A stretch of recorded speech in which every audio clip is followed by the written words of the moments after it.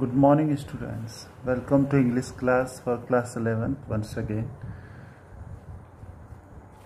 As you know, we have started the chapter determiners and this is part third of the same chapter. Determiner का तीसरा part यह है and in this part we shall learn about the use of quantifiers and the use of numbers and distributives. So the first one that we are reading about quantifiers, it means that will the words. Okay, let's know the meaning of quantifiers. What are quantifiers and determiners? Quantifiers are adjectives and adjective phrases that give approximate or specific answer to the questions how much and how many. यानी कि quantifiers वो words होते हैं, adjectives होते हैं, specially adjectives होते हैं और ऐसे एडजेक्टिव फ्रेजेस होती हैं जो यह बताती हैं किसी नाउन के बारे में कि वह कितना है. तो हाउ मच और हाउ मैनी के जरिए अगर हम उसका आंसर पता कर सकते हैं तो वो क्वांटिफायर्स के अंदर, यानी कि हमें अगर क्वांटिफायर्स को पता करना है तो हमें उसके नाउन से हाउ मच और हाउ मैनी का क्वेश्चन करना पड़ेगा. For example, I have a lot of mangoes. आपसे पूछा how many mangoes do you have, so उसने क्या कहा I have a lot of mangoes. तो what will be the answer, how many, a lot of. So a lot of जो question का answer निकल के आया वो a lot of, that is quantifiers. I think you have understood this. Okay, next one. The first chapter in the quantifiers we are learning about numbers. There are two kinds of numbers. Watch it carefully. First is ordinal numbers, second is cardinal numbers. Ordinal numbers are as following: first, second, third, fourth, fifth. And cardinal numbers are as these are 1, 2, 3, 4, 5. So these are called cardinal numbers, these are called ordinal numbers. We generally use these words in our language, in English language. Okay, let's start the next chapter next part that we are learning now about nouns. Nouns are divided into two parts. The first one is countable, second one is uncountable. सो हम यहाँ पर countable और uncountable nouns के बारे में पढ़ेंगे. The first nouns that we are learning about there much and many. Much और many को सबसे पहले पढ़ते हैं. थोड़ा सा मैं आपको एक हिंट दे दूँ कि मच का यूज जो होता है यह अनकाउंटेबल्स के लिए होता है और मैनी का यूज जो होता है काउंटेबल के लिए होता है. इतना आपने फोकस पहले रखना है. तो दोनों का हिंदी मीनिंग अगर हम लगाएं तो बहुत आता है. गेटिंग मच की अगर हम 3 डिग्री या 3 ग्रेड के बारे में बात करें तो मच, मोर, मोस्ट. फॉर जैसे होता है beautiful, more beautiful, most beautiful, the same way much, more, most. Same way many की भी 3 डिग्री 3 ग्रेड्स हैं. Many, more, most. Much, more, most. Here much is used for uncountable noun and more and most can be used for both uncountable and countable. Many, more, most are many is used for countable, not for uncountable. Many को केवल countable के लिए और much को केवल uncountable के लिए use करते हैं, इतना ध्यान रखना है. Okay, first use much and many both are used in interrogative and negative sentences. First thing, much और मैनी का अधिकतर ऑफनली जो यूज होता है इंटेरोगेटिव नेगेटिव सेंटेंसेस में होता है.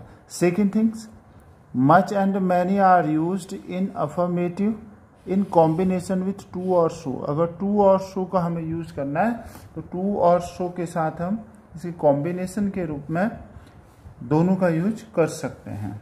Next is the note that you will have to remember. Note का थोड़ा ध्यान देना है बच्चों. Many can be used in affirmative but much can't. Means many का यूज अफर्मेटिव में हो सकता है लेकिन मच का यूज नहीं हो सकता. यानी कि मच अगर कहीं पर है तो उसका नेगेटिव या इंटेरोगेटिव सेंस निकलता है. Next, much is replaced with a lot of और लॉट्स ऑफ। अगर हमने मच का यूज अफर्मेटिव सेंटेंसेज में करना है तो हमें मच की जगह पर लॉट ऑफ या फिर लॉट्स ऑफ का यूज करना पड़ेगा। So I have written the hints that I told you first. Many is uncountable and much is uncountable. Number third, there are some words that can be used with countable nouns. कुछ words जो countable nouns के साथ use होते हैं वो determiners को हम यहाँ पर देखते हैं। These determiners are which those are used with countable nouns are a few, a number of, several, a great number of, a large number of. तो यहाँ पर हिंट के तौर पर देख सकते हैं जहाँ नंबर आ रहा है वे सब काउंटेबल में आते हैं। उसके अलावा अ फ्यू और सेवरल का भी ध्यान देना है। दो words a few and several ये दोनों काउंटेबल के लिए हैं, ध्यान रहेगा। Next, with countable nouns, sorry with uncountable nouns. जो ये नाउन्स हम पढ़ रहे हैं determiners are used with uncountable nouns. इन डिटर्मिनर्स को अनकाउंटेबल के साथ हमने यूज करना है। These determiners are a little, a bit of, a great deal of, a large amount of. जैसे वहाँ नंबर था तो यहाँ पर नंबर की जगह बिट, ग्रेट और लार्ज अमाउंट का यूज हो गया। ग्रेट डील का, बिट ऑफ का या लार्ज अमाउंट का। Once again bit of, great deal, large amount, ये अनकाउंटेबल। वहाँ क्या था, काउंटेबल में नंबर का यूज था। दूसरी चीज काउंटेबल में हमने पढ़ा था अ फ्यू का यूज, यहाँ अनकाउंटेबल में है अ लिटिल का use. Getting, I think you have understood it. Several क्या है, अनकाउंटेबल, काउंटेबल, सेवरल काउंटेबल है। Next number 5, with all types of nouns, यानी कि ये जो डिटर्मिनर्स हम पढ़ रहे हैं these determiners are used with all types of nouns, यानी कि काउंटेबल नाउन्स के साथ भी यूज हो सकते हैं, अनकाउंटेबल नाउन्स के साथ भी यूज हो सकते हैं। These determiners are no, none, not, any, some, any, a lot of, lots of, plenty of. So these are the words, those are used with both of the noun, both kinds of the noun, countable nouns and uncountable nouns. इनको दोनों प्रकार के nouns के साथ use कर सकते हैं। Next, a few and a little, थोड़ा इस पर फोकस करेंगे। a few अभी हमने पढ़ा ये काउंटेबल है, a little is uncountable। तो दोनों का मीन्स होता है नॉट मच बट इनफ, यानी कि कुछ ज़्यादा नहीं, इसका मतलब थोड़ा मीनिंग होता है लेकिन इनफ काफ़ी होता है, और ये पॉजिटिव सेंस को देता है। अगर हम कहीं पर अ फ्यू और अ लिटिल का यूज हो रहे हैं तो इसका मतलब है पॉजिटिव। एक एग्जांपल के जरिए इसको समझ लीजिए।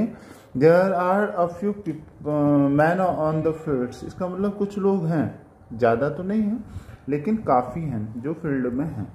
गेटिंग, अ लिटिल का यूज है there is a little water in the jug, a little water, इसका मतलब थोड़ा पानी है लेकिन काफ़ी है। गेटिंग, जितनी क्वांटिटी है उतनी है। दूसरा, अगर हम अ को हटा दें, for example few and little, if we write few और little in the place of a few and a little, it will give negative sense, तो इसका नेगेटिव सेंस आएगा। और यह क्वांटिटिव वर्ड्स हैं इसलिए हमने यहाँ पर क्वांटिटी लिखा है, इसका कोई मतलब नहीं है। आपको ध्यान देना है फ्यू का वर्ड्स हमने काउंटेबल के लिए यूज करना है और फ्यू का वर्ड्स अनकाउंटेबल। इसका वर्ड्स काउंटेबल के लिए और इसका यूज अनकाउंटेबल के लिए, यह हमने याद रखना है। अ फ्यू निगेटिव वर्ड्स है। अगर हम कहें there are few people in the fields, तो इसका मतलब कोई नहीं है। There is little water in the jug, तो पानी है ही नहीं, निगेटिव सेंस आएगा। नेक्स्ट, द फ्यू और द लिटिल का अगर यूज करें तो इसका मतलब है complete, not much but complete, यानी कि ज़्यादा नहीं है लेकिन पूरी का सेंस आएगा। For example, I had lost the few friends those I had, यानी कि मैंने उन दोस्तों को, जो मेरे पास थोड़े दोस्त थे, मैंने उन सबको खो दिया है। और same way the few people on the fields had gone, जो थोड़े लोग थे वे सारे जा चुके हैं। गेटिंग, तो ये सारे कंप्लीट का सेंस देता है। नेक्स्ट, यूज ऑफ सम, तो सम का यूज थोड़ा ध्यान देंगे। सम is used always in positive sentences, हमेशा पॉजिटिव सेंटेंसेस में ही सम का यूज होता है, लेकिन कुछ एक्सेप्शंस देखे जाते हैं। What are these exceptions? Let's know about them.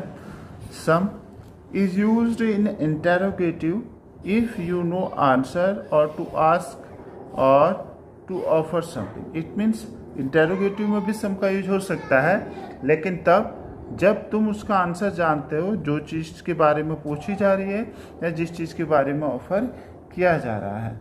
तो अगर तुम इन चीज़ों को, यानी कि 3 हैं जहाँ पे इंटेरोगेटिव में तुम यूज कर सकते हो। नंबर 1 है आंसर, अगर तुमको पता है तो तुम इंटेरोगेटिव में सम का यूज कर सकते हो, और या अगर तुमसे किसी चीज़ के बारे में पूछा जा रहा है तब तुम सम का यूज कर सकते हो, या तुम किसी को कोई चीज़ ऑफर कर रहे हो या तुमको कोई चीज़ ऑफर की जा रही है तब वहाँ पर सम का यूज होता है। So next word is any. Any can be used in negative and interrogative sentences. Negative और इंटेरोगेटिव सेंटेंसेस में इसका यूज होता है। पहले तो यहाँ पर क्या था, पॉजिटिव में होता है, इसी का अपोजिट है एनी। एनी नेगेटिव होगा तो एनी का यूज श्योरली कर सकते हैं। और दूसरी चीज़ हमें यहाँ पर पता थी, इंट्रोगेटिव में अगर हम आंसर जानते हैं तो सम का यूज कर सकते हैं।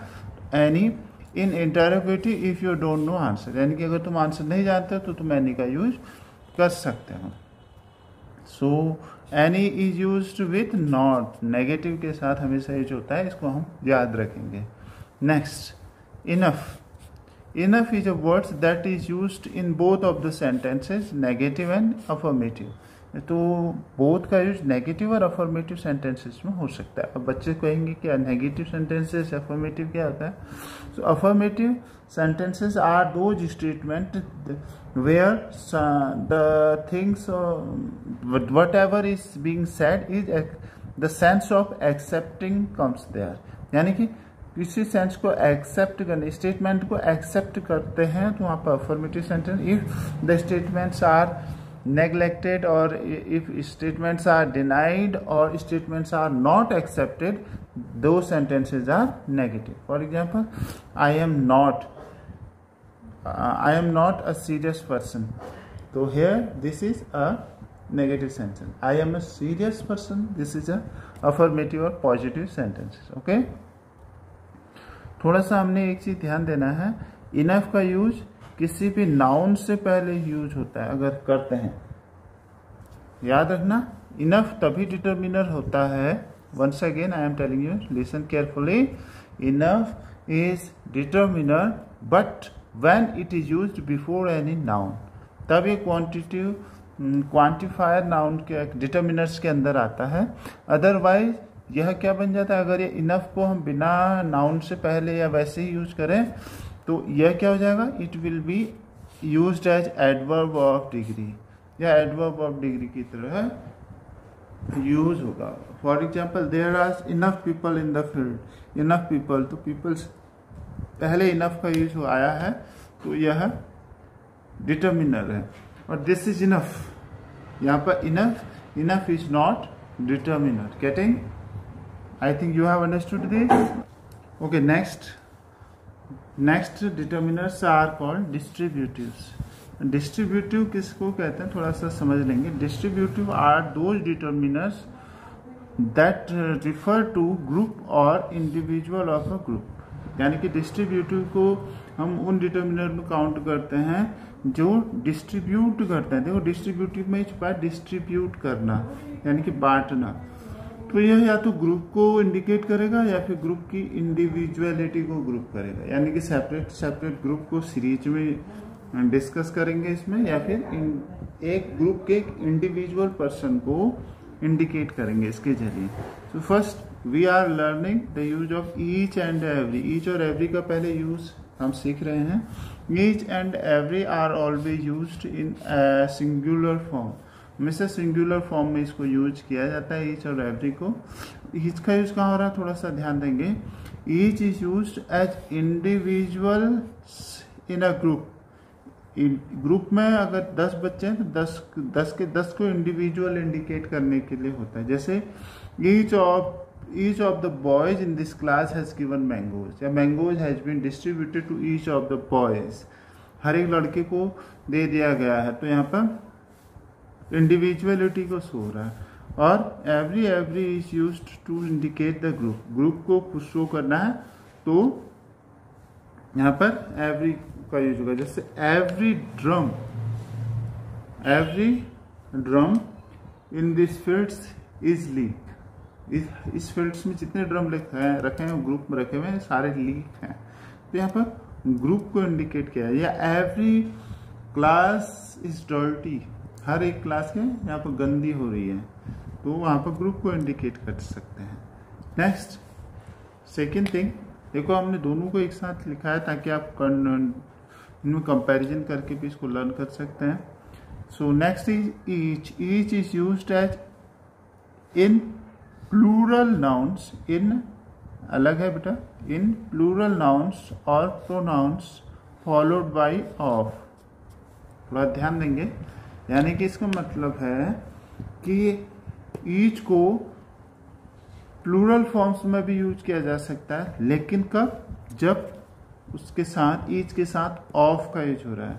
Example is written here, listen this, माँ means mother gave each of them a kiss, getting each of them, each के बाद of का यूज हुआ, यानी कि उसके जितने बेटे थे सबको प्यार किया माने। माँ gave each of them a kiss, getting, I think you have understood।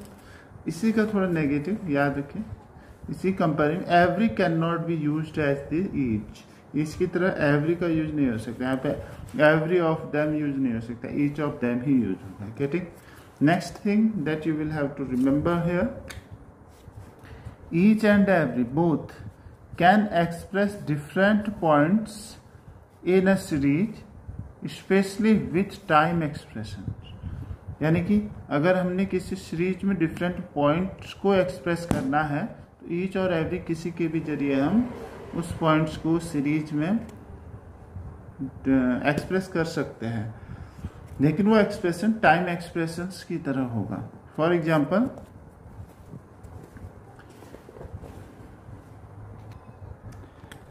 Every morning John goes jogging, हर मॉर्निंग जॉन जॉगिंग पर जाता है। Next one, each Monday he buys a kilo of apples, हर मंडे को वह 1 kilo Apple खरीदता है।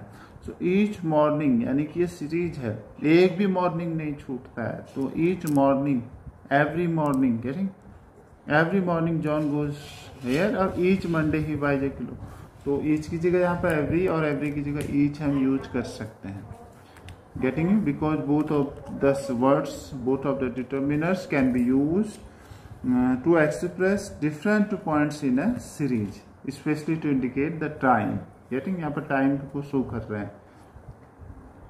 सो student, I think you have understood all these things. तो हमने अभी तक जितनी चीज़ें पढ़ी हैं, articles, distributive nouns, pronouns, possessive nouns, pronouns, and we have read about numbers, ordinal and cardinal numbers, determiners as a qualifier, quantifiers. So we have understood all these things.